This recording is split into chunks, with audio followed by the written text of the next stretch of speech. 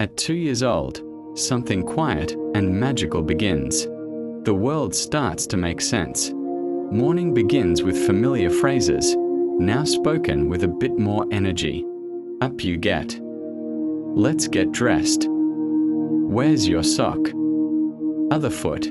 Yes, that one. Breakfast becomes the first real conversation of the day. What do you want? This one. More. All done. Short questions, steady rhythm. Perfect for a child's growing confidence. Your replies come in little bursts. Juice. Me do it. No like. More please. Mine. These aren't mistakes. They're the natural beginnings of independent speech. Once you step outside, the world becomes louder, and the English changes with it. Everything turns into a question. What's this? Who's that? Where going? Why?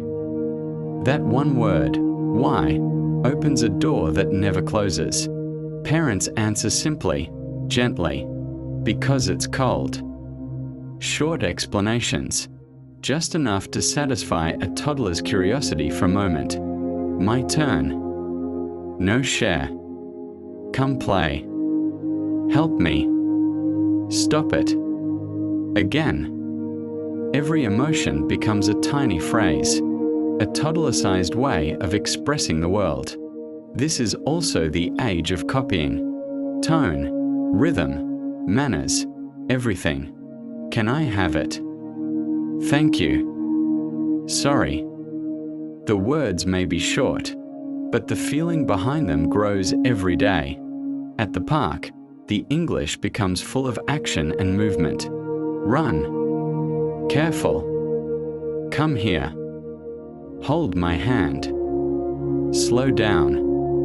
And sometimes, carry me. 2 words every parent hears daily.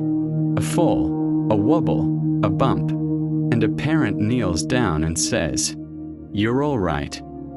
Up you get. Let's try again." These phrases are steady, comforting, and heard in almost every British childhood. Back at home, the routines continue. Bath time. Sit still. Look here. Brush your teeth. Spit, good boy. Too hot. Too loud. Tiny instructions mixed with tiny reactions. And slowly, the child begins to understand the flow of the day. By 3 years old, imagination takes over, and the English grows with it. You be the monster. Look, I'm flying.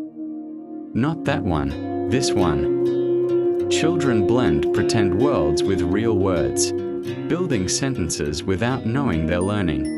And when bedtime arrives, the voice becomes soft again. Come on, pajamas on. Story time. One more page. Lie down. Night-night, love you. By the end of this stage, a toddler isn't just hearing English.